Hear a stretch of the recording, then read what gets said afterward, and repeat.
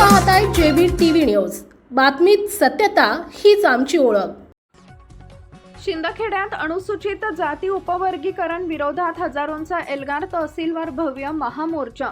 उपवर्गीकरण रद्द करा. शिंदखेड्यात हजारो समाज बांधवांचा विराट मोर्चा. शासनाला तीव्र आंदोलनाचा इशारा. अनुसूचित जातींच्या उपवर्गीकरणाच्या निर्णयाविरोधात शिंदखेडा शहरात आज हजारो समाज बांधवांनी एकत्र येत भव्य महामोर्चा काढला. शिंदखेडा तालुका अनुसूचित जाती उपवर्गीकरण विरोधी कृती समिती यांच्या नेतृत्वाखाली हा मोर्चा काढण्यात आला असून मोर्चानं शहरातील प्रमुख मार्गांवरून मार्गक्रमण करत तहसील कार्यालयावर धडक दिली. महामोर्चाची सुरुवात महामानव डॉक्टर बाबासाहेब आंबेडकर नगर येथून झाली. त्यानंतर मोर्चा छत्रपती शिवाजी चौक, भगवा चौक तसेच शहरातील प्रमुख मार्गांवरून शिस्तबद्ध पद्धतीनं तहसील कार्यालयाकडे रवाना झाली. या मोर्चामध्ये महिला, युवक, ज्येष्ठ नागरिक तसेच विविध सामाजिक संघटनांचे पदाधिकारी आणि मोठ्या संख्येनं समाज बांधव सहभागी झाले होते. घोषणाबाजी करत आंदोलकांनी उपवर्गीकरणाचा निर्णय मागे घेण्याची जोरदार मागणी केली. मोर्चानंतर आंदोलकांच्या शिष्टमंडळानं तहसीलदारांना निवेदन सादर केले.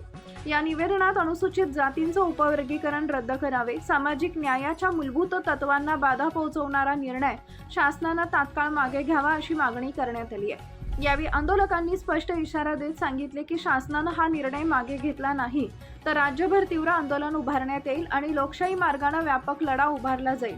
महामोर्चाच्या पार्श्वभूमीवर कोणताही अनुचित प्रकार घडू नये, कायदा व सुव्यवस्था अबाधित राहावी यासाठी शिंदखेडा शहरात पोलिसांचा मोठा बंदोबस्त तैनात करण्यात आला होता. संपूर्ण मोर्चा शांततेत व शिस्तबद्ध वातावरणात पार पडला.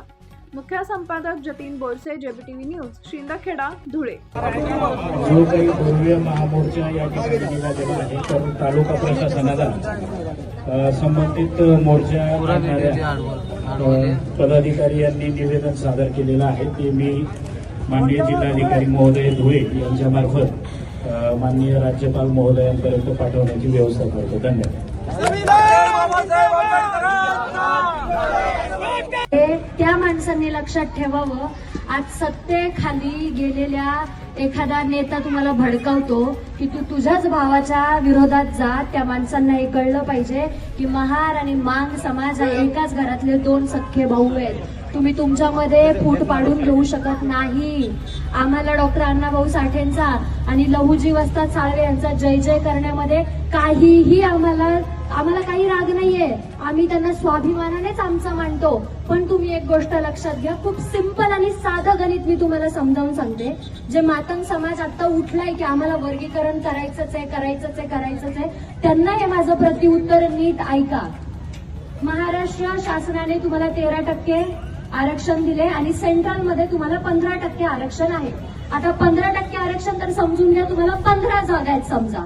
तर त्या 15 जागेचं वर्गीकरण असं आहे की ज्या व्यक्तीला, ज्या समाजातल्या व्यक्तीला जितके जास्त मार्क्स असतील, टक्केवारी असेल, तो माणूस ती जागा घेतो. मग समजा महार समाजाची मी आणि मातंग समाजाची माझी ही बहीण, जर हिला माझ्यापेक्षा चांगले टक्के पडले तर ती जागा ती घेते. याच्यामध्ये आम्ही किंवा तुम्ही कुणी कुणाचा अधिकार घेत नाही. ही प्रॉपर विभागणी तुमच्या कर्तृत्वावरती, तुमच्या अभ्यासावरती आणि तुमच्या गुणांवरती विभागली गेलेली आहे. तर मित्रांनो आणि माझ्या मातंग समाजाच्या भावांनो, कुणी तुमचा अधिकार खाल्लेला नाहीये. तुम्हाला फक्त जास्त शिक्षणाची आणि बापाला बाप म्हणण्याची ताकद तुमच्यामध्ये असली. म्हणजे आरक्षण घ्यायचं जो समाज डॉक्टर बाबासाहेब आंबेडकरांना स्वीकारत नाही, त्यांना माझं सांगणं आहे की तुम्ही खाणार पिणार बापाचं आणि शेजारच्या घरात जाऊन त्याला बाप म्हणणार. असं कसं चालेल?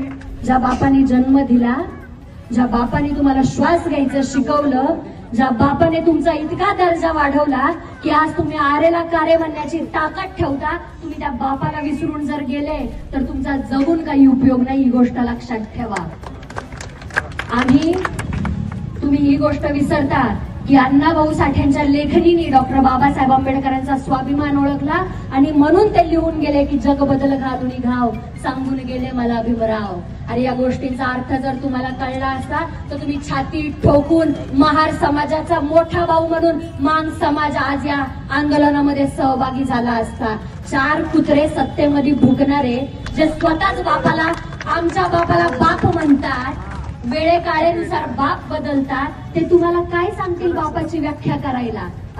अरे या उन्हात तान्हात पावसात तो झेंडा नेहमी तुमच्या सोबत उभा राहिलाय, नेहमी त्याने तुमची साथ दिली. तुम्हाला जर डॉक्टर बाबासाहेब आंबेडकर कळले असते तर तुम्ही अशा भंगार लोकांना निवडून सत्तेमध्ये बसवलं नसतं आणि आज तुम्हाला रस्त्यावरती उतरायची गरज पडली नसती. एक मताचा अधिकार राजाला रंक आणि रंकाला राजा बनवायची ताकद ठेवतो. तुम्हाला कळलं पाहिजे की तुम्ही एक मताने निवडून कुणाला द्यायचंय. जो माणूस तुमचा घात करू शकतो त्या माणसावरती कधीही विश्वास ठेवायचा नसतो. ही गोष्ट लक्षात ठेवा. माझ्या मातंग समाजाला माझं इतकंच म्हणणं आहे की तुम्ही आमच्या मोठ्या आपल्या परिसरातील महत्त्वाच्या बातम्या पाहण्यासाठी आजच आमच्या JBTV न्यूज चॅनलला YouTubeवर सबस्क्राईब करा आणि बेल आयकॉन प्रेस करा.